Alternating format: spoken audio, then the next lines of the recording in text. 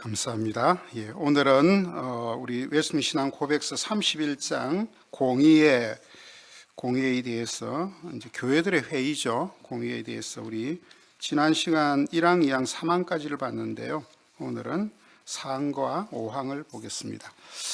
자, 그 본문 우리 사도행전 지난주 같이 보았던 본문인데 한 번만 더 이 본문을 15장 24절부터 31절까지 우리 같이 한번 원래 1절부터 다 보는데 내용이 있으니까요. 24절부터 31절까지만 함께 보겠습니다. 사도행전 15장 24절 한번 펼쳐보시고요. 들은즉 우리 가운데 어떤 사람들이 우리의 지시도 없이 나가서 말로 너희를 괴롭게 하고 마음을 혼란하게 한다 하기로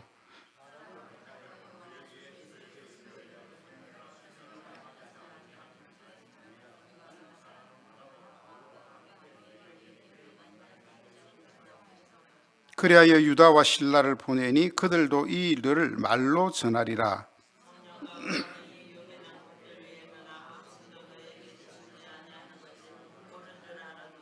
여기 성령과 우리는 이 우리는 이 바로 치례를 이야기합니다.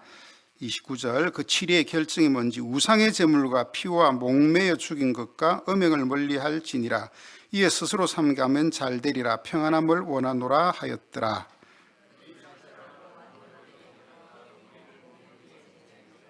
함께 읽습니다. 읽고 그 위로한 말을 기뻐하더라. 아멘. 자, 여러분 이제 우리가 교회 생활을 하면서 우리가 지역 안에 있는 교회에 취리회인 당회라는 게 있잖아요, 그죠? 당회 이제 담임 목사와 또 여러분이 선출한 장로님들이 중심이 되어서 교회를 통치합니다. 왜 교회에 이런 기관이 있어야 할까? 교회는 하나님의 통치기관입니다.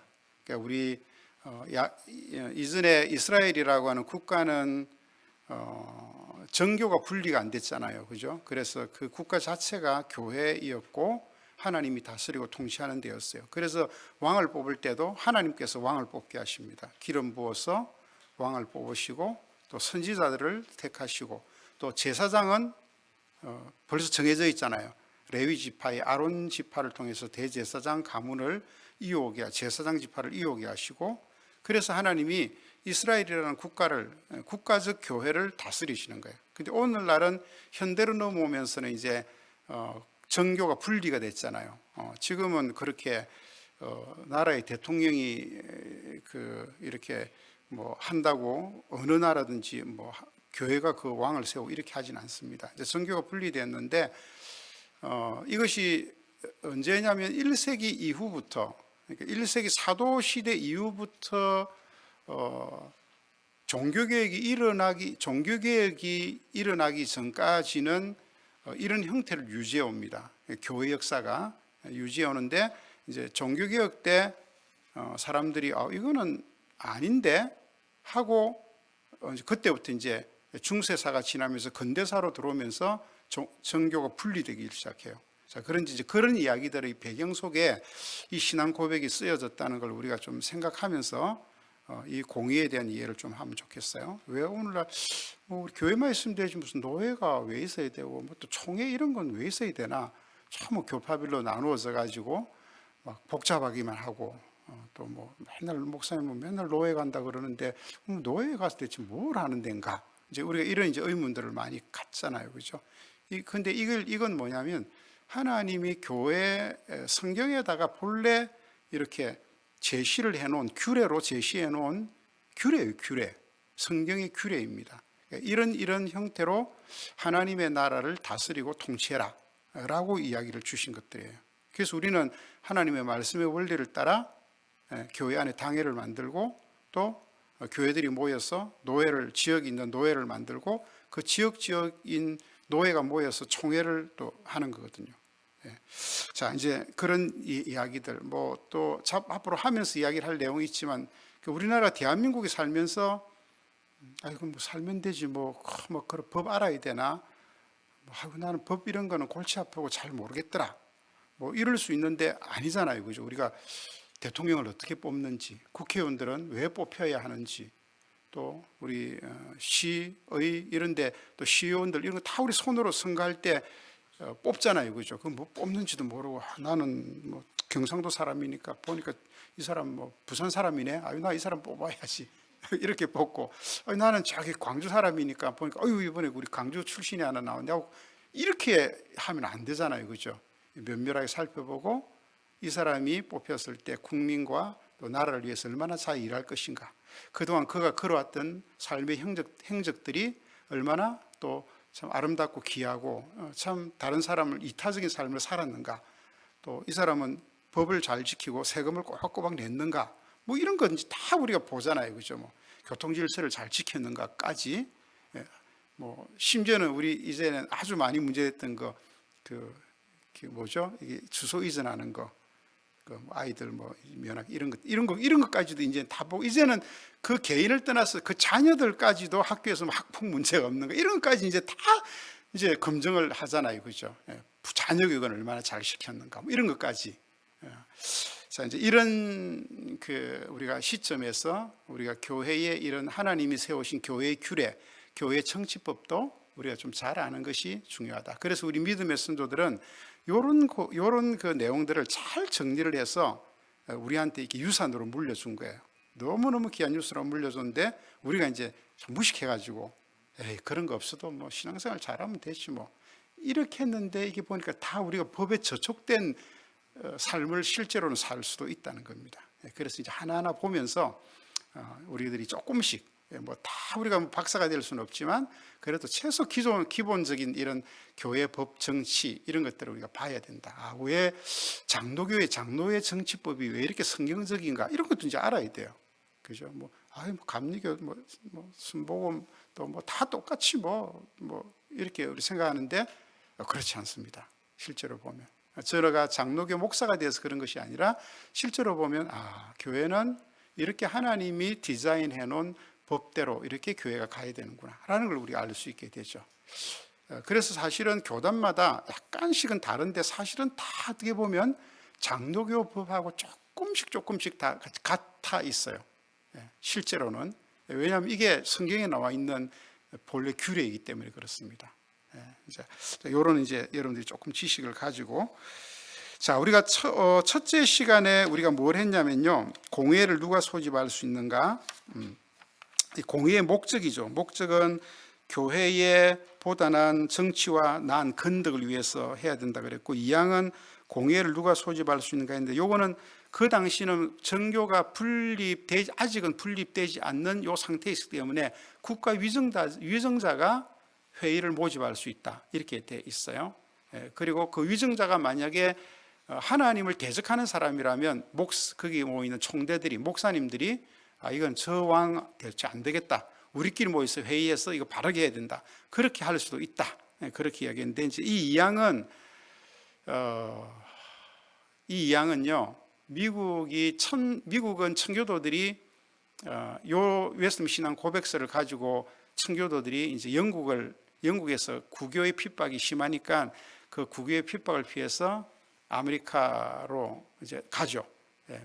지금 미국 대륙으로 넘어가서 그들이 꿈꿨던 것이 뭐냐면, 이 청교도들이 하나님의 나라를 우리가 여기서 건설할 수 있겠다라고 생각해요. 왜? 그 사람들은 다 믿음을 갖고 있었으니까.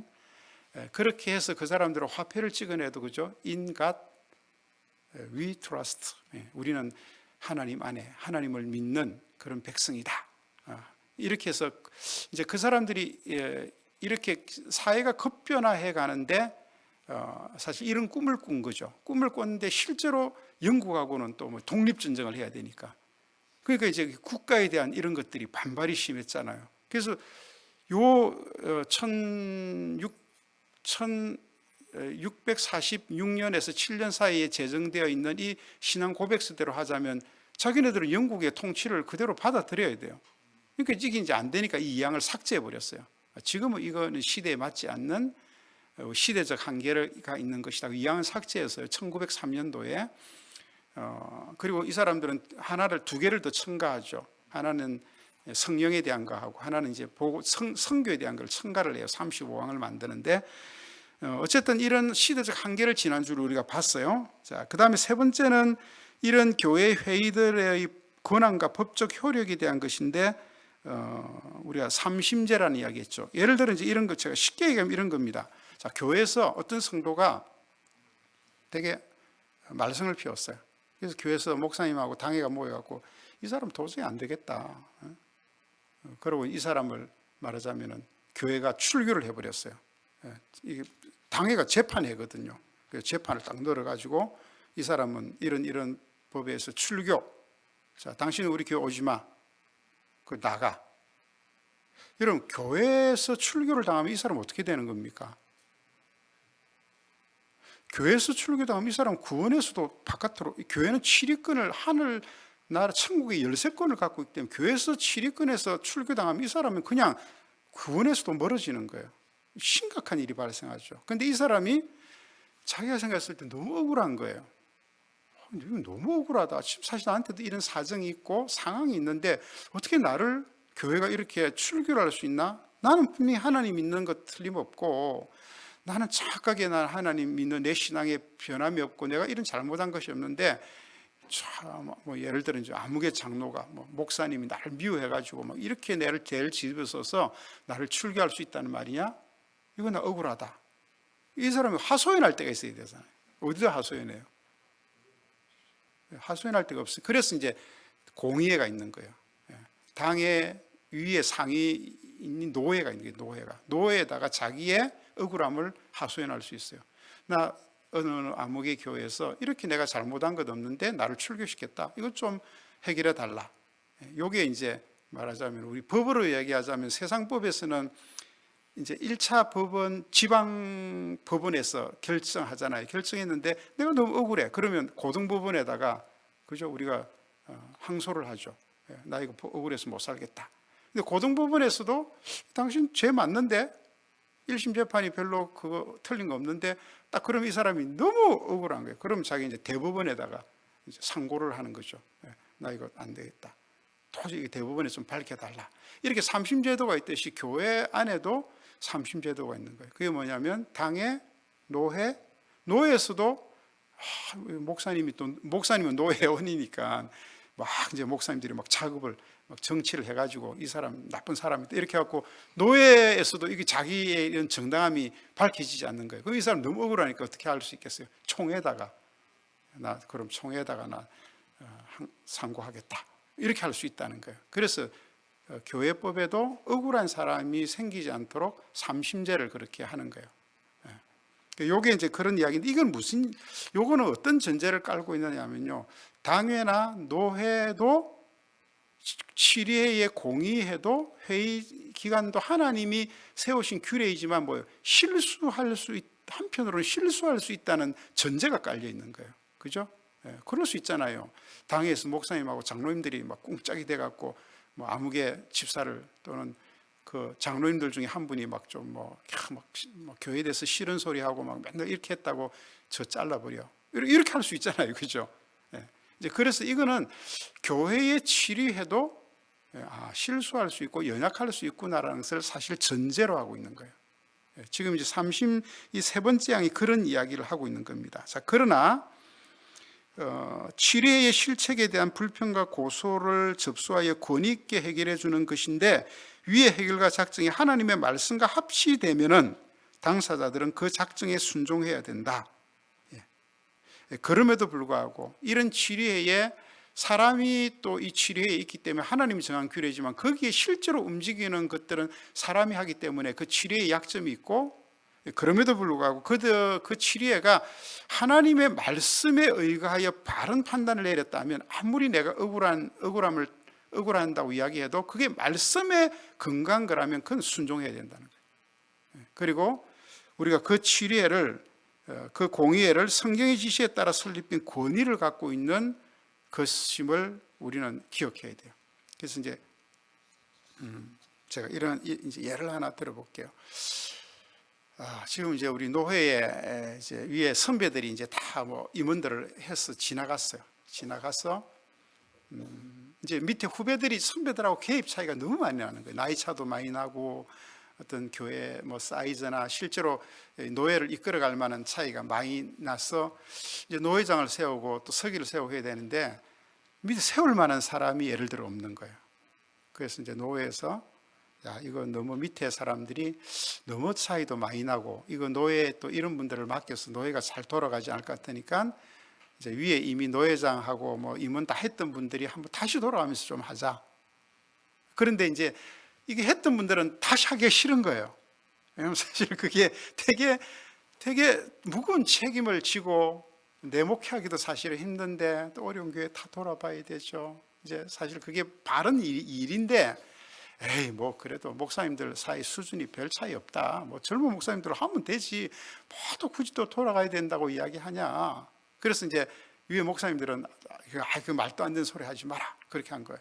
근데 이제 우리 언젠가 한번 노회 때 이제 저를 보고 서기를 누가 아무도 서기를 할 사람이 없는 거예요. 서기가 일이 제일 많거든요. 그랬더니 목사님 한 분이 서종식 목사님을 서기로 추천합니다. 이야기를 했어요. 제가 너무 제가 나가서 제가 이야기를 했어요. 내가 지금 벌써 나이가 이제 환갑이 넘어갔고 이미 내가 이 노회의 임원을 내가 저 밑에서부터 내가 꼬박꼬박 2년씩 채워서 내가 모든 임원을 다 하고 내가 노회장까지 그렇게 하고 뭐 시찰장을 제가 몇 번을 하고 이렇게 왔는데 또 저를 서기를 하라 그러는 거는 너무 무리다. 그래서 사실 나는 이제 교회 일도 좀 내가 돌아봐야 되고 지금 뭐 젊은 분들이 좀 약간 부족하더라도 세워서 자꾸 일을 하다 보면은 알게 되는 것이 그런 건 안 되겠다. 내가 이제 고사를 했어요. 그러나 이제 제 마음에는 어떤 거냐면 제가 분명히 고사를 했음에도 불구하고 그럼에도 불구하고 노회에서 막 갑론을박이 벌어져서 그럼 투표해서 결정하자. 그렇게 해서 사실 투표를 해서 제가 서기가 되면 저는 이제 그 회의, 취리회의 결정을 저는 존중하는 거예요. 왜? 하나님 세우신 규례이기 때문에. 비록 그러나 나는 그것이 결정되기 전까지는 내가 최선을 다해 변론을 하고 이야기를 해야 되겠죠. 그래서 막 좀 화도 내고 막 이렇게 하겠지만 결정이 되면 나는 그 결정에 존중하는 거예요. 제가 그렇게 얘기하고 제가 화장실을 다녀온 사이에 마치 그때 우리 박지하 장로님이 같이 총 들어가셔가지고 저는 못 들었는데 이야기를 들으니까 도저히 우리 목사님은 이 자리를 다시 맡는 건 너무 힘들다. 그렇게 이제 목사님이 이렇게 지금 여러모로 그런 좀 힘들겠다. 이제 우리 장로님이 그렇게 변론을 해주시니까 다들 이제 노회원들이 그럼 이제 서 목사님은 이렇게 안 되는 걸로 뭐 이렇게 마음을 해서 어쨌든 투표는 했어요. 그래서 안 됐어. 결정이 됐기 때문에 저는 거기에 순복하는 거죠. 만약에 근데 제가 화를 내고 예를 들어 막 좀 막 기분 나쁜 표시를 하고 했는데도 어떻게 했는데 투표하고 됐어. 그럼 어떻게 해야 돼요? 집어치고 나와야 돼요? 그럴 수도 있겠죠. 그럴 수도 있는데 그렇게 하면 안 된다는 거예요. 노예가 결정이 나면 그 노예의 권위를 인정하는 거예요. 그래서 총회도 제가 이제 총대를 가보면은 진짜 어떤 거는 조금 아쉬운 게 있어요. 어떤 거는 진짜 아쉬운 게 있는데 전체 총대들이 결정을 하고 갑론을박해서 결의를 해서 결정하면 따르는 거예요. 따르는데 진짜 이제 개인적으로 이건 아니다 싶은 그런 게 있을 수도 있어요. 이제 그런 경우에는 총회의 결정이라도 순복한 태도는 가지되 내가 내 개인의 신앙의 자유를 따라 우리 교회의 신앙의 자유를 따라 우리 교회는 인정을 하지만 우리 교회는 거기에 발을 못 맞추겠습니다. 그럴 수도 있어요. 그럴 수도 있는데 그 취리회에 대하여 존중하는 마음을 버리면 안 된다는 거예요. 총회가 뭐 있다위야. 나는 우리 합신교단 떠날 거야. 뭐 이렇게 다른 진짜 교단으로 가고 뭐 이런 사람들도 있어요. 그거는 이제 명백하게 여기에 우리 선조들이 우리에게 남긴 이 신앙의 유산의 고백을 사실은 공부를 안 했거나 봤는데도 자기 마음과 개인의 어떤 감정을 따라 결정한 게 되는 거죠. 물론 이게 성경은 아닙니다. 그래도 뭐 그 사람이 뭐 죄인이다 이런 건 아닌데 이제 그만큼 고백서에 대한 그런 숙지가 좀 부족했다라고 볼 수 있죠. 자, 오늘은 사항에 대해서 보겠습니다. 자, 우리 이 페이지 보시면요, 노란 박스 한번 같이 읽어볼게요. 노란 박스 시작. 사도시대 이후 모든 공의회, 지역적 공회이든 세계적 공회이든 교회는 오류를 범할 가능성이 있고 또 사실상 많은 회의가 실수를 범하기도 하였다. 그러므로 교회의 회의들과 공의회는 신앙과 행위에 대하여 법칙은 될 수 없고 다만 도움을 주는 방편으로 사용해야 한다. 자, 이제 요거를 제가 설명을 좀 하겠습니다. 몇 페이지로 가시냐면 6페이지로 가시면, 자, 교회 회의들과 공회들의 오류 가능성. 그러니까 이제 교회 회의가 언제부터 생겼냐면은 제가 지난 시간에 여러분에게 이야기했잖아요, 그죠? 그 사도행전에 보면은 맞대아를 뽑을 때 12명 제자 중에 한 명이 골이 났을 때 뽑을 때 모여서 회의하고 제비뽑기에서 뽑았고 또 7명의 집사들을 그죠 뽑을 때에 그들이 회의를 거쳐서 했고 또 그 다음에 사도행전 15장에 가보면 예루살렘 총회라고 우리에게 이야기하는데 그 우상 숭배하는 문제, 그 다음 할례 문제, 막 이런 교리적 문제가 나왔을 때 예루살렘 총회가 이렇게 결정을 해서 이제 이방인들도 그런 부담 없이 예수를 믿게 이렇게 한 것도 있고요. 그 다음에 이제 그 서신서에 보면은 일꾼을 뽑을 때에 그들이 다 기도하고 금식하며 거수해서 뽑는 이런 장면들도 봅니다. 이런 것들이 이제 다 뭐냐면 회의를 거쳐서 한다는 거죠. 자, 그런데 이렇게 주후 1세기 예수님이 돌아가시고 난 이후 1세기 주로 사도들이 활동하던 시대죠. 그죠? 그 사도 시대 이후부터 이제 사도들이 다 죽고 웨스트민스터 신앙 고백서가 1646년에 작성되었으니까 약 1500년이 넘는 그 긴 시간 동안 교회 역사를 쭉 돌아보면 크고 작은 그 교회 안에 있던 모든 공의회가 하나님이 정하신 규례이기 때문에 존중은 받지만 또 교회의 문제들을 결정할 권한을 갖고 있지만 동시에 오류를 범할 가능성도 있다는 사실을 우리 신앙의 선조들은 고백했다는 거예요. 하나님의 규례로 세워졌지만 또 그것이 사람이 행하는 일이기 때문에 오류를 범할 수도 있다. 그리고 실제로 그 교회의 회의들을 보면은 실제로 오류를 범한 경우가 실제로 많았다는 겁니다.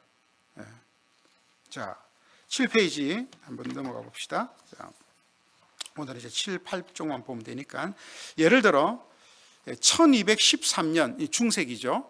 1213년 제4차 라테란 공의회에서는 성찬할 때 주님의 뜻과 잔이 화채설 실제로 신부가 거기 축성을 하고 난 다음에 그 뜻과 포도주가 주님의 실제의 몸이 된다. 이 화채설을 교리로 결정을 했어요. 심각한 결정이잖아요. 화채설은 종교개혁이 1517년에 루터를 통해서 발발해서 일어났는데 종교개혁 때 가장 많이 교리적 논쟁이 됐던 것이 화채설이에요. 심지어는 종교개혁을 한 사람들 중에서도 이 화채설, 이 성찬식 때문에 루터는 뭐 공제설, 쯔빙글리는 상징설, 그죠? 막 싸웠어요. 같은 종교개혁을 하고 서로 뜻을 같이 했는데 이 성찬에 관한 이 문제에 대해서는 화채설을 아닌 것은 다들 부인했지만 기념설이다 또는 뭐 상징설이다 아니면 또 이게 공제설이다 뭐 이렇게 해가지고 서로 막 관계가 서운해지는 그런 것도 있었어요. 그래서 나중에 칼빈이 그죠? 이거는 성령에 의한 임재설이다, 영적 임재설이다 이렇게 해서 이제 어느 정도 결론을 냈는데 지금도 가톨릭 교회는요 종교개혁이 일어나기 전 그 300년 넘게 가톨릭은 화채설을 계속 주장해 왔고요. 지금도 가톨릭은 그 미신적 교리인 화채설을 바꾸지 않고 있습니다. 지금도 가톨릭은 화채설을 믿어요. 대단한 거죠. 이렇게 공의회가 잘못 이런 교리적 오류를 범할 수도 있다는 겁니다. 자, 그 다음에 주 680년에는 무슨 사건이 일어났냐면요. 공의회에서 성상숭배, 보니까 이게 이제 믿음이 정말 좋은 사람, 성경을 연구를 자꾸 하다 보니까 이 교회 안에 막 성상숭배하는 이런 것들을 보니까 이거 아닌데 어떤 형상도 만들지 말고 하라 그랬는데 캐톨릭이 이제 그런 거 가지고 자꾸 거기다가 막 성상숭배 하거든요. 그래서 이거 우상숭배다. 이거 없애자. 그렇게 해서 공의회가 결정을 했어요. 680년에. 결정을 했는데 그 당시에 그 결정이 일어난 이후에 그 황후로 있던 그 황후가 이 사람이 성상에 굉장히 감명을 받아서 막 기도 응답도 받고 성상에 대해 감명을 받아 은혜를 많이 받았어요. 그래갖고 이 황후가 주도가 된 회의를 열어서 그 성상 숭배를 다시 바꿔버립니다. 아니다, 그건 너무 좋은 우리의 전통인데 왜 그걸 없애냐, 그렇게 하고 이걸 바꿔버려요. 그러니까 같은 결정을 두 가지 결론을 이렇게 내려버리는 이런 일들도 있었다는 거예요. 공의회가. 그런 오류들이 시대를 거쳐오면서 많았죠. 지금도 캐톨릭 가면은 여러분 성당 앞에 가면 뭐가 있어요? 마리아상 있잖아요, 그죠? 그 사람들이 마리아상 그냥 지나치지 않잖아요, 그죠? 이 가만히 성당 혹시 갈 일 있으면 보세요. 저도 명동 성당 가면 이제 거기에 성모 마리아상 이렇게 다 진짜 멋있게 서 있는데 그 노래도 너무 많아요, 그죠? 그 가요도 보면 성모 마리아상 거기에 대한 노래도 많고요. 그 보면 거기 다 가는 사람들이 거기 서서 그 마리아상 앞에서 기도를 합니다. 왜 무슨 기도를 합니까? 마리아여 우리의 소원을 들어소서. 왜? 예수님은 실질 때 하나님이시니까 너무 거리가 멀고 너무 부탁하기가 좀 그렇고, 그래도 마리아는 또 예수님의 어머님이시고, 그죠? 또 여성이시고, 또 마음이 푸근하시고 하니까 마리아를 통해서 기도하면은 훨씬 하나님 앞에 예수님께 잘 전달되지 않겠냐, 이런 거죠. 그들은 베드로상도 세워놓고요, 그들의 기독교 역사 속에 이제 성인들의 상들을 막 세워놓고 그 성인들의 공력을 자기들에게 허락해 달라고. 실제로 그 교리에도 그런 게 또 있어요. 자, 그 다 이야기할 수는 없지만 이런 오류들이 19세기, 20세기에 들어서도 카톨릭 교회들에게는 여전히 지속되는데 1870년 바티칸, 이 캐톨릭의 본부잖아요. 바티칸은 회의를 통하여 뭘 공표했냐면 교황 무엇을이라는 걸 공표했어요. 여러분 우리 교황 무엇을 다 아시죠? 이게 무슨 얘기입니까? 교황이 이야기한 것은 오류가 없다, 그런 이야기예요. 근데 요거는 이제 우리가 조금 알아야 될 지식이 뭐냐면 교황이 앉은 자리에서, 이 바티칸에 가면 교황이 앉는 자리가 있어요. 이 자리가. 그 교황이 앉은 자리에서 교황의 신분으로 교령을 선포한 것, 교리를 공포한 것은 절대로 무하다는 거예요. 사적인 자리 이런 것이 아니고.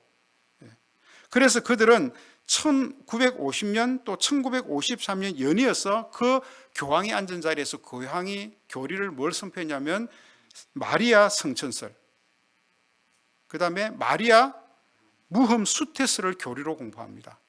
그러니까 이거는 교황이 자기 자리에서 교황의 권한으로 한 것이기 때문에 절대 이거는 무하다는 거예요.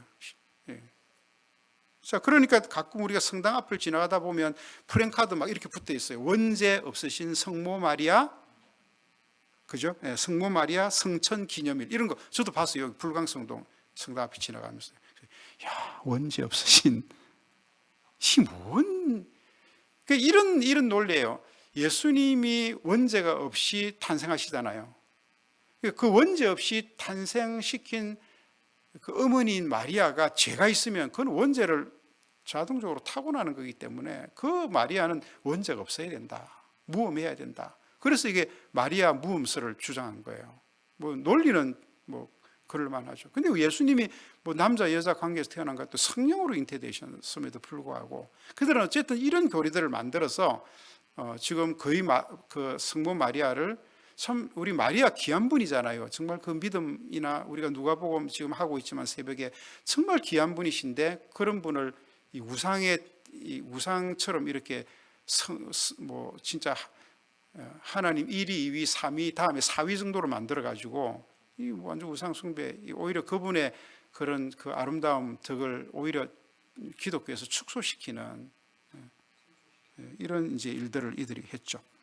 자, 우리가 이미 고백서에 웨스민 신앙 고백서 1항 성경에 대하여 보면 성경은 유일하고 무한 하나님의 말씀임을 선명합니다. 그리고 우리 믿음의 선조들은 공의의 결정을 할 때 그냥 무슨 전통을 따라하는 것이 아니라 반드시 하나님의 말씀을 기준으로 살피고 하나님의 말씀을 기준으로 취사 선택을 했다는 거예요. 그러니까 여러분 우리가 교회 당회를 열 때도 마찬가지고 노예에 가서도 마찬가지고 총회에 가서도 마찬가지고 누군가 그럴싸한 발언을 냈다 할지라도 그 발언이 하나님의 말씀에 정말 적합한가 적합하지 않는가를 기준으로 해야 된다는 거예요.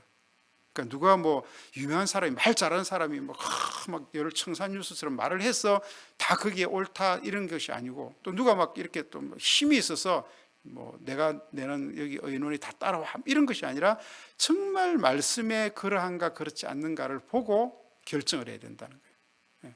그래서 말씀이 왕노릇하는 교회, 말씀이 왕노릇하는 노회, 말씀이 왕노릇하는 총회, 그렇게 돼야 되죠. 지금 우리 한국 교회에 이렇게 막 총회들 열릴 때 막 시끄러운 문제들이 많잖아요, 그죠? 그래서 뭐 총회를 그 교회에서 여니 못 여니 온 나라의 매스컴에 막 그런 막 교회에서 막 싸움하고 신학생들이 또 와서 막 데모하고 막 이런 거 정말 우리 한국 교회 참 민낯을 보는 이런 우산데, 그런 것 속에 정말 바른 하나님 말씀을 갖고 기준으로 해요. 이제 조금 뒤에 나오겠지만 나라에 대한 문제도 하나님의 말씀에서 대체 뭐라고 기록되어 있는가, 뭐라고 이야기하는가를 기준으로, 그죠? 뭐 집회를 하든지 시국 뭐 선을 하든지 뭘 하든지 그렇게 해야지. 그게 빠지고 이게 내 감정이나 욱하는 것 때문에 그 뭐 마음의 충정심은 이해하지만 또 울분은 이해하지만, 그죠? 그런 걸 말씀의 기준이 없이 하면 안 된다는 거예요. 그런 것들을 이미 우리 믿음의 선조들은 17세기에 1600년도에 이게 웨스트민스터 신앙 고백서가 그냥 놓은 것이 아니라 이 고백서는 이미 사도신경, 주기도문, 십계명, 사도들로부터 받았던 모든 그런 계명들이 그 교회 회의들을 거쳐오면서 사실은 결정판 같은 것이 웨스트민스터 신앙 고백서입니다. 완전하진 않아요. 성경이 아니니까. 그렇지만 어떻게 보면은 우리 개혁 신학의 결정판 같은 것이 사실은 웨스트민스터 신앙 고백서거든요. 그리고 또 한 가지를 더해라면 기독교 강요, 저는 그렇게 이제 이야기를 하는데, 자, 우리 선조들은 실질적으로 말씀이 항상 내 양심의 기준이다라고 이야기했어요. 근데 루터는, 예를 들어 루터는 1521년 루터가 많은 책을 썼습니다. 그리고 많은 이야기, 로마 교황이 잘못된 거, 교회가 잘못된 이야기를 하니까 이제 교황청이 막 루터를 죽이려고 이를 갈잖아요. 그래서 1521년 독일의 보름스 제국 회의를 열어서 루터를 소환합니다. 루터가 이제 청문회를 일종의 하는 거죠. 루터가 그때 나이가 38세였고, 루터는 요 비텐베르그라는 아주 조그만 시골에 정말 보잘것없는 한낱 수사에 불과했어요. 그런데 이 루터가 황제, 그 당시 황제와 교황이 보낸 특사들, 또 많은 귀족들 앞에서 자신이 쌓았던 책들을 거기 다 이제 해놓고, 이거 너 책 맞냐? 이렇게 물어봅니다. 내 책 맞다. 네가 이 책에 지금 교회를 이렇게 어지럽게 하는데 너 이거 철회하면 우리가 좀 더 살려주겠지만, 너 이거 만약에 철회하지 못하고 네 주장 계속 하면 가만 안 두겠다. 어떻게 할래? 그러니까 루터가 이제 나에게 조금, 루터가 정말 자기가 심혈을 기울여서 정말 뭐 그렇게 쓴 책들이잖아요, 그죠? 교회를 사랑해서 쓴 책들인데 루터가 시간을 좀 달라 그럽니다. 그리고 이제 하루 시간을 주니까 루터가 그 다음날 돌아와서 뭐라고 이야기하면 이렇게 이야기를 해요. 나는 내가 그동안 공부하고 내가 그동안 이렇게 수많은 이런 말씀을 묵상하고 해본 결과 교황도 실수한 적이 많았고, 역사 속에 우리의 이런 공예들도 실수하고 연약한 적이 많았다. 그래서 나는 지금 이 공예와 교황이 그렇게 이야기한다고 내 생각을 처리할 마음이 나는 없다. 만약에 누군가가 나에게 하나님의 말씀으로 나를 설득해서 내가 이렇게 주장하는 것이 틀렸다고 한다면 나는 이거 다 없앨 수 있다. 그리고 내 주장 내가 처리할게. 그렇게 이야기합니다. 그런데 아무도 하나님의 말씀으로 이 루트의 생각이 잘못됐다는 걸 반박할 사람이 없어요. 그런데 이 38세에 대한 젊은 이 청년 루트가 참 한낱 수사에 불과한 이 루트가 얼마나 두렵고 떨렸겠어요. 자기 목숨이 지금 여기서 왔다 갔다 하는 거잖아요, 그렇죠? 그때 루트가 남긴 유명한 말이 있습니다. 너무 떨렸어. 그때 루트가 사실은 여기에 보름스 국회를 가면서 불렀던 찬송이, 루트가 음악을 잘했거든요. 이 루트는 그런 이야기도 했어요. 찬송을 잘 못하는 사람은 목사가 되지 마라, 이런 이야기를 할 정도로 루트는 굉장히 음악에 조예가 있는 사람이었어요. 그때 루트가 내주는 강한 성이요 성리와 방패 되시니, 그 노래를 부르면서 자기 마음을 다잡았다고 합니다. 그러면서 루트가 한 얘기 있어요. 나의 양심은 하나님의 말씀에만 매입니다. 오 하나님, 제가 여기에 서 있습니다. 나를 도와주소서. 이게 그리스도인의 자유라고 하는 루트가 쓴 소논문에 이게 게재가 되어 있는데요. 이거 엄청 유명한, 영화로도 이거 만들었잖아요, 그죠? 얼마나 참 루트가 정말 그 떨리고 그 38세 된 청년이 아무 의지할 것 없고 지금 황제 앞에서 많은 그 교황의 칙사들 앞에서 두렵고 떨리는데, 오 하나님, 제가 여기 서 있습니다. 나는 하나님, 오직 하나님 말씀에만 내 양심은 매여 있습니다. 나를 도와주소서. 참 이게 우리 신앙의 선조들의 모습이죠. 우리도 참 이렇게 살아야 하나님이 루트를 살려주십니다.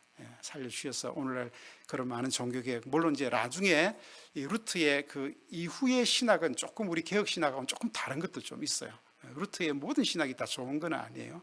루트도 연약하기 인간이기 때문에 그의 신학에 약간 이렇게 좀 결점도 많이 보이고 했는데, 어쨌든 루트는 그렇게 그 종교개혁에 불을 붙이면서 정말 하나님 말씀에만 내 양심이 매이겠다, 그렇게 했고요. 우리가 잘 아는 장로교의 효시와 같은 칼빈은요 1509년에 태어나셨죠. 이분이 1509년에 태어나셨는데, 이 칼빈이 가장 존경했던 인물이 어거스틴입니다. 어거스틴은 4세기 인물이에요. 354년도에 이분 탄생 추정하니까 약 한 이분과 뭐 하면 1155년 정도 차이가 나요. 이렇게 족보로 따지면은 그 어마어마한 1000년이 넘는 세월의 차이가 나는데, 이 어거스틴의 모든 사상을 이어받아서 집대성한 사람이 칼빈이거든요. 그래서 칼빈은 이 어거스틴을 향해서 그는 거룩한 분이다, 성 세인트 어거스틴, 그렇게 부를 정도로 어거스틴을 존경했어요. 그런데도요, 칼빈이 기독교 강요에 보면은 드문드문 내가 너무 존경하고 거룩한 분이지만 그분의 이런 부분은 하나님의 말씀에 비춰볼 때 조금 부족했다. 여러분, 칼빈이, 지금 어거스틴이 누군데 그런 이야기를 해요, 칼빈이. 그러니까 하나님의 말씀에 의해서 내가 공부하고 정말 이 진리를 이렇게 내가 파헤치고 이렇게 내가 하다 보니까 어거스틴조차도 이런 연약함들이 있더라. 그러면서 그가 이제 기독교 강요에서 밝힌 아주 그 중요한 대목이 하나 있는데, 이런 공의에 대해서 이런 이야기를 했어요. 성령께서 거룩한 공의들에게, 교회에 이제 이런 치리해죠. 성령께서 그런 거룩한 공의들에게 인간적인 일들이, 그런 오류나 어려움이나 이런 것들이 일어나게 허용하심으로 우리로 하여금 사람들에 대한 지나친 신뢰를 하지 않도록 그렇게 공의들을 주관하셨다. 칼빈은 그걸 그렇게 해석했어요. 이제 뭐 성령이 일부러 뭐 사람들을 너무 의지하지 말라고 공의를 그렇게 했다고 보기는, 저는 뭐 이 말에 동의를 할 수도 있고 동의하지 않을 수도 있는데, 어쨌든 칼빈은 그렇게 하나님께서 사람들을 의지하지 말고 너희는 오직 성경만 하나님의 유일무이한 법칙인 성경만을 의지하라고, 이런 인간적인 연약함들도 하나님이 허용하셨다. 하나님의 규례이지만 그렇게 좋은 해석이라고 봐요. 자, 그러므로 여러분, 교회 회의나 공의의 모든 결정은 성경을 뛰어넘을 수 없어요. 이건 우리가 이미 1장 10항에서 고백했는데요. 제가 여러분이 이제 뭐 웨스트민스터 신앙 고백서 안 갖고 다니니까 제가 한번 읽어볼게요. 최고 1장 성경 10항입니다. 최고 재판관이 종교에 관한 모든 논쟁을 결론 지어야 하고, 교회 회의들의 모든 결정과 고대 저자들의 학설과 사람들의 가르침과 개인적 해석을 심사해야 한다, 회의할 때. 그리고 우리는 그 재판관의 판결을 그렇게 하고 난 다음에 재판관이 판결했을 때 그 판결을 순수히 받아들여야 한다. 그런데 성경으로 말씀하시는 성령 이외에 다른 최고 재판관은 있을 수 없다. 그러니까 그 재판관이 하나님의 말씀에 의거해서 결정을 내리고 이렇게 이것이 맞습니다라고 했을 때는 정말 그 결정에 그게 나한테 손해가 된다 할지라도, 내 목을 내어놓아야 된다 할지라도 그건 따라야 된다는 거예요.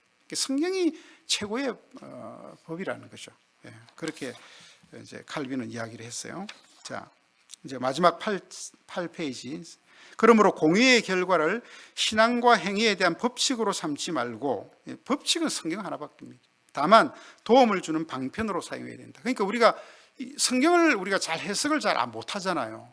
그러니까 여러분들이 이 웨스트민스터 신앙 고백서를 하면서 거기에 딸려 있는 그 문구, 보충 문구 성경을 보면서 이거 우리 신앙 고백서와 내가 지금 읽었던 이 말씀이 같은 뜻인 것을 이해하면 여러분 수준이 굉장히 높은 거예요.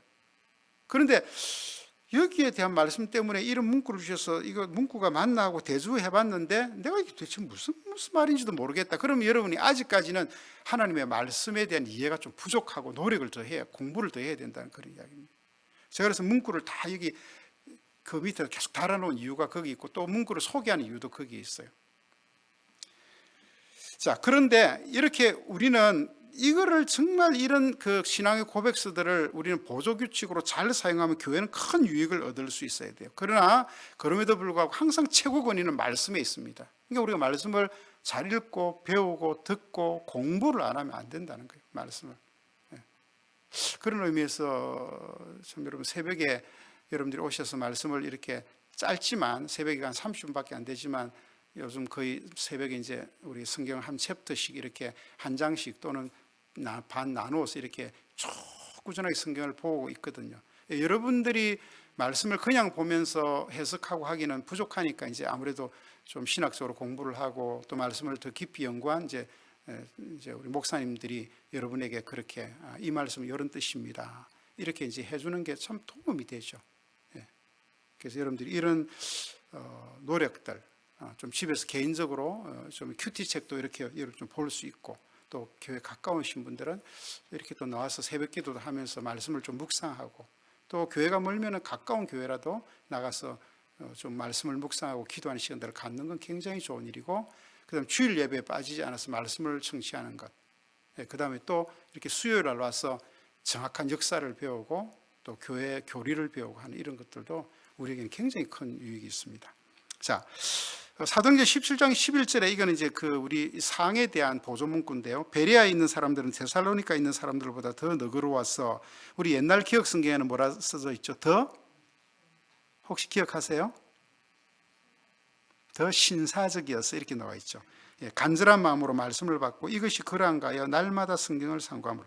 베레아에 있는 사람들은 그 당시 사도 바울이 물론 어떤 사람인지는 몰랐지만, 지금은 사도 바울은 너무너무 대가잖아요. 근데 그 당시 사람들은 사도 바울이 이런 대가인지 몰랐어요. 근데 그런 사도가 와서 말씀을 전하고 난 뒤에도 이 베레아 사람들은 집에 가가지고 그 말, 오늘 들었던 저 바울이 했던 이야기가, 바울 선생이 했던 이야기가 진짜 이게 맞는지 안 맞는지 이 사람들은 집에 가가지고 성경을 상고했다는 거예요. 이 여기 성경은 구약 성경을 이야기합니다. 그 당시에는 아직 신약 성경이 안 써져 있었으니까. 정말 오늘 저분이 저렇게 이야기를 하는데 그게 정말 구약에 나와 있는 하나님의 말씀의 예언과 맞나 안 맞나, 그들이 이런 걸 했다는 거예요. 그 말씀을 상고했다는 거예요. 이게 얼마나 큰, 이걸 성경 이야기를 그들의 마음이 너그러워서 또는 신사적이어서 참 은혜를 사모하는 마음을 가졌다는 거예요. 여러분들 솔직한 얘기로 주일날 설교 들으면 그 다음 주일날 생각납니까? 지난주 제목 뭐죠? 잊어버려요. 진짜 다 잊어버려요. 우리는 여기서 말씀 아무리 목사가 기도하고 이렇게 전해도 여러분들이 예배를 딱 나가는 순간 한 50% 잊어버리고요, 일주일 지나고 나면은 거의 기억이 안 나고 2주가 지나고 나면은 거의 기억이 안 납니다. 무슨 설교를 들었는지. 여러분 막 기록하면 뭐예요? 기록하면 다시 안 보면은 모르는 거예요. 그러니까 말씀을 전하는데 막 저희들이 우리 윤 목사님 여기 이제 설교자니까 고민하겠지만 진짜 말씀할 때는 여러분들에게 정말 좋은 양식과 꼴을 먹이기 위해서 밤을 새워서 묵상하고 기도하고 또 쳐다보고 이렇게 해서 여러분들이 정말 최상의 꼴을 먹이려고 애를 쓰거든요. 쓰는데 여러분은 듣는 그 순간, 나가는 순간 50% 잊어버리고, 하루 지나면은 거의 한 70% 80% 잊어버리고, 한 일주일 지나면 다 잊어버려요. 좀 기억력이 좋은 사람은 한 5% 정도 기억한다고. 5% 정도. 제목도 잘 기억이 안 나요. 제목도 잘 기억. 그러니까 이런 거 이제 하면 저 설교자는 참 자괴감이 들죠. 진짜 지난 주일날 이렇게 내가 혼신을 다해서 내가 이렇게 말씀을 전했는데, 우리 성도들은 지난주 제목도 못 외우고 있으니까. 그래서 그래서 우리 주일날 오후에 한 번 더 상고해요. 목장 예배 때 그 상고하는 거예요. 한 번 더. 그렇게 상고했는데도 그 다음 주일날 기억이 생각이 안 나. 목자들은 내가 가르치고 같이 해가지고 이래도 했는데 목자도 생각이 하나도 안 나. 그래서 날마다 하나님의 말씀을 상고해야 그 말씀이 우리에게 남는 거예요. 이 말씀이 잘 남아 있으면 우리 장로님들은 그걸 다 적으시고 또 목장에서 가르치시니까 이제 기도할 때 보면 그런 내용들이 언뜻 나오죠. 지난주에 설교했던 내용들, 그 지난주에 또 마음에 탁 이렇게 또 새벽 예배 때 탁 마음에 이런 말씀들을 이제 기도의 시간에 그 말씀들이, 왜냐하면 말씀이 약속에 의해서 나와야 되니까. 전 그래서 여러분 이게 좀 어려워요. 그래서 말씀이 왕노릇하는 삶을 위해서 교회는 노력해야 되고, 저와 여러분도 정말 여러분 그러니까 다른 거 여러분 돈도 벌어야 되고 자식 교육도 잘 시켜야 되고 좀 세상에서 성공적인 삶도 살아야 되고 건강해서 살아야 되고 다 중요해요. 다 중요한데 진짜 중요한 게 이 말씀을 상고하고 말씀을 묵상하고 그 말씀대로 내 삶을 살아내려고 애를 쓰는 거, 그게 진짜 복이거든요. 여러분 그게 복이신지 믿으시죠? 예, 그렇게 잘 안 되지만 애쓰고 노력해야 돼 교회가. 자, 이제 5항은 이건 제가 여러 차례 여러분들에게 좀 말씀을 드렸기 때문에 좀 빨리 끝낼 수 있을 것 같아요. 공의회들 교회 회의들을 포함한 권한과 제한인데, 특별히 5항은 국가와 정치적인 문제를 어떻게 다룰 것인가 하는 거예요. 3항에서 공회가 다뤄야 할 안건들에 대해서 잘 설명했는데요. 교회가 행하는 모든 문제를 다루죠, 3항에서는. 그런데 5항에서는 교회와 관련된 문제 외에는 다른 어떤 것도 다루거나 결정을 내려서는 안 된다는 거예요, 교회가. 이거 명심하셔야 돼요. 종교개혁 이전 국가의 종교가 기독교이었을 때는 공의에서 외교 문제를 포함한 뭔가 세속적인 사안들도 교회에서 다 다루었어요. 왕은 하나님의 통치를 대변하는 사람이었기 때문에 왕도 항상 말씀을 옆에 둬야 돼요. 그런데 이렇게 이제 종교개혁 이전에 이렇게 국가와 이게 교회가 분리되지 않고 막 섞여 있으니까 이제 혼돈이 왔는데, 뭐가 혼돈이 왔냐면 성직자들이 이렇게 좀 득세할 때는 성직자들이 자기들이 정치를 다 하는 거예요. 성직자가 정치, 왕도 내 마음에 들면 세우고 내 마음에 안 들면 왕도 그냥 내리는 거예요. 카노사의 굴욕 같은 거 알잖아요. 이노센트 3세 사건, 역사의 이야기들. 왕이 교황 앞에 와서 막 그냥 추운 눈바닥에 그저 서가지고 막 빌잖아요. 자기 잘못했다고. 그 교황이 안 나옵니다. 용서 안 해줍니다. 카노사의 굴 이런 거 역사에 다 이게 증명이 되어 있는 것들이거든요. 그리고 정치가들은 또 이 성직자들을 잘 이용하면 자기 정치를 유지할 수 있으니까, 이렇게 거룩한 교회 회의가 자기의 이익을 위한 세속적 회의로 변질되어 버리겠어요. 그래서 교황을 세울 때도 네 사람 세우고, 그죠? 궁정에 목사 세울 때도 막 네 사람 세우고 막 이런 것들이죠. 개혁자들은 고백서를 통하여 이런 문제에 대해 단호한 태도를 견지해서, 그래서 교회의 회의는 교회에 관련된 일만 다뤄야 한다. 절대로 다른 일 다루지 말아라. 다른 일 결정하면 안 된다. 그렇게 딱 이게 대원칙입니다. 그러나 예외를 두 가지 뒀는데요. 한 가지는 나라가 비상시국일 때, 왜 나라가 비상시국이라서 예를 들어 뭐 나라가 전쟁이 일어난다든지 뭐 공산당에게 나라가 넘어간다든지 이렇게 돼버리면 우리가 종교생활을 하지 못하잖아요. 그죠? 지금 뭐 중국, 북한 어떻게 종교생활을 못해요? 자기들이 인정하는 삼자교회만 인정하고 딱 감시하고 선교사들 다 쫓아내버리고, 북한은 뭐 얼토당토 없죠. 뭐 교회만 봉수산 교회인가 만수산 교회인가 그 이상의 하나 기념해놓고 적당하게 외신의 눈만 피하는 이런 것들. 이런 비상시국 시에는 교회가 관련할 수 있다. 두 번째는 그 나라의 통치자가 위정자들이 요청할 때, 전쟁이나 천재지변으로 인해 국가가 비상시국일 때 공의회는 세속적인 사안을 다룰 수 있다. 딱 두 가지만 제시했어요. 자, 그러나 이때에도 방식은 겸허한 청문회 방식이어야 한다라고 이야기해요. 그러니까 이건 무슨 이야기냐면 교회가, 종교가 힘을 과시하는 모습으로 나타나면 안 된다는 겁니다. 그러므로 시중에 놔두는 교회의 시국선언, 막 교회가, 종교가 막 교단이 우리는 막 시국선언하고 막 뭐 신학교에서 막 시국선언하고 이거 하지 말라는 거, 이런 거. 그다음 시국미사, 뭐 캐톨릭은 그 있잖아요. 그 무슨 단체죠? 막 캐톨릭에 그런 단체 하나 있잖아요. 막 신부들 막 이상한 신부들 모여가지고 맨날 예? 맞아요. 예. 사제 이거 사람 되게 유식하세요. 정의 구현 사제도 맞아요. 그것은 막 어떻게 하면 나라 막 시국 막 이렇게 해가지고 막 그 사람들 하면서 막 온 그죠 뭐 이렇게 하죠. 그런 거 하지 말아요. 교회도 마찬가지고 뭐 시국 예배 이런 권위를 나타내고 세를 과시하거나 세상 앞에 힘을 나타내고 하는 형식을 취하는 것은 이 고백서를 바르게 이해하지 못하는 거예요. 그러니까 이걸 조금 더 쉽게 이야기하면 무슨 얘기냐면 이런 걸 하더라도 내가 개인적으로 나라가 힘들고 국가가 너무 어려워서 내가 개인적으로 너무 통탄하고 너무 가슴 아파서 하나님 어떻게 해야 됩니까? 이 나라를 좀 불쌍히 주소서. 이런 할 수 있지만 거기 목사 이름을 걸고 가면 안 된다는 거예요. 아무개 목사가 어디에 이렇게 하면 안 된다는 거예요. 그 다음에 무슨 교회가 이렇게 하면 그건 안 된다는 거예요. 여러분 이렇게 하면은 좋은 일이지만 여러분 또 이 세상에는 그죠? 요런 그에 반대되는 사람들은 저 교회 저놈들 뭐야? 저 목사 저거 뭐야? 저런 기독교를 믿어? 저 무슨 사이비 아니야? 이단 아니야? 그렇게 이 사람들은요 그냥 복음에서 그냥 이 사람들은 멀어지지 이 사람은 전도 안 됩니다. 절대로. 이걸 우리 믿음의 선조들이요 이거를 고민하고 정말 고민하고 그래서 이 기라성 같은 이 선조들이 이런 것들을 이렇게 고백서로 이렇게 낸 거거든요.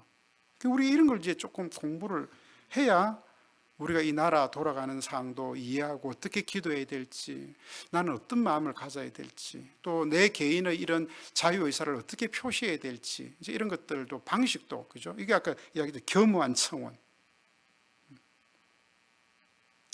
기독교가 예를 들어 막 몇백만이 모여가지고 막 이렇게 해서 무시하지 마. 우리 모이면 우리 이렇게 막 몇천만 모여서 우리 이렇게 할 수 있어. 대통령 까불지 마. 이렇게 하면 이러면은 안 된다는 거예요. 이해가 되시죠? 예, 대충 목사 이름을 걸고 교회 이름을 걸고 하지 마라. 그러니까 개인은 그건 내가 나도 시민이니까 내가 이 나라 잘 되게 하기 위해서 내가 기도하고 내가 그 개인적으로 하는 거는 그건 여러분 개인의 자유예요. 개인의 신앙의 양심의 자유를 따라 하는 거예요. 또 한 경우인 비상시국 외에 국가 위정자들이 도움을 요청할 때는 교회적 사안이 아니더라도 공의회가 그 요청을 받아들여 그 안건을 다룰 수 있다.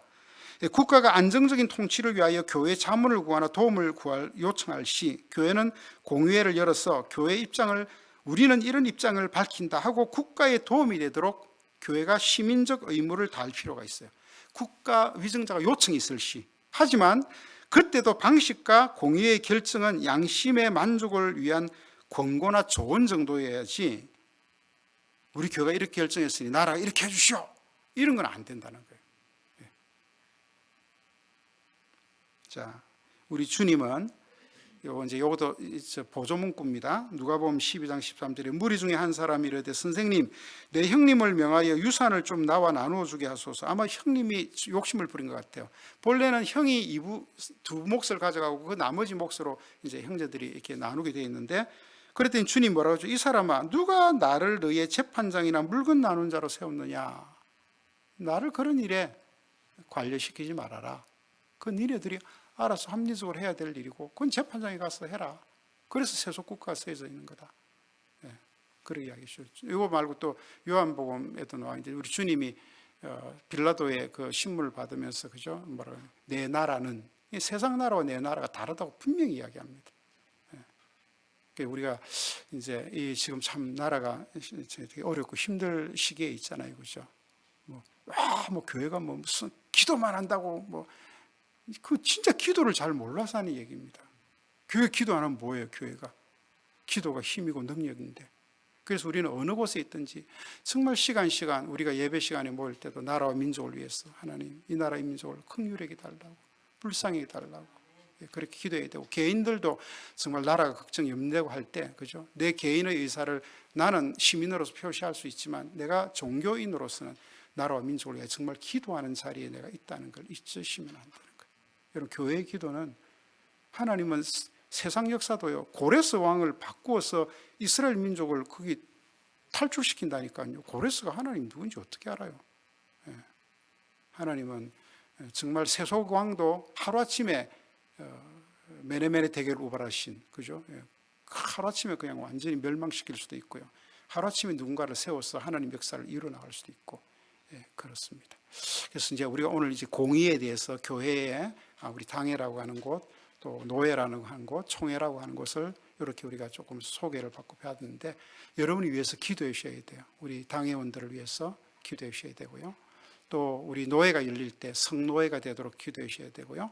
총회가 열릴 때 하나님 이 총회가 정말 잘 이렇게 해서 우리 온 교회들이 유익을 얻을 수 있도록, 또 이단들에 대해, 이게 이단 척결하는 데는 이 공의회가 최고입니다. 왜냐하면 공의회에서 모든 이단들을 다 척결했거든요.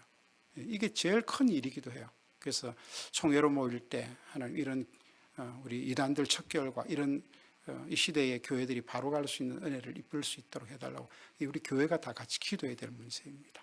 자, 여러분들이 이제 이런 공의회의 교회들의 회의에 대한 이해를 좀 가지시고, 또 우리 교회가 이 아름다운 또 우리 공의회와 함께, 특별히 이제 노회가 중요해요. 노회에서 함께 이런 어떤 연합회하고 활동하고 이런 것들도 다 이 안에 이제 소속이 되어 있고, 이걸 통해서 우리 지교회들이 또 은혜롭게 가고, 목사님들이 이제 이런 데 잘 안 오면 교회가 문제가 생겨지면 목사님들이 나중에 맨날 잘 이런 거 공부 안 하니까 뭐 노예 가니까 맨날 뭐 목사님들 맨날 싸우고 뭐 맨날 뭐 그러고 난 노예 안 가. 뭐 이렇게 하니까 성도들이 노예 가면 목사님들이 이상하게 되는 건 줄 알고 노예를 싫어해요. 그래서 교회가 문제 생겨서 노예가 이제 이것들을 해결해 주려고 오면요, 일단 그 교회 장로님들부터 교인들이 노예 목사님들을 전부 다 무슨 이렇게 이상하게 봐요. 우리 교회를 이상하게 해코지하려고 온 사람처럼. 결국 그 교회가 망가지거나 아니면 교단을 떠나서 다른 데로 가버리게 되는 이런 불상사가 우리 노예 안에서도 있었어요. 참 그 목사님 쫓겨나고, 결국 자기가 자기 그 발등을 찍은 거죠. 잘 가르치지 못하니까. 그래서 여러분들, 우리가 장로교회에 우리가 소속되어 있는 성도로서 또 이런 공의에 대해서도 조금 다는 아니지만 그래도 이 정도는 우리가 이해는 하고, 또 이것들을 위해서 기도해야 된다.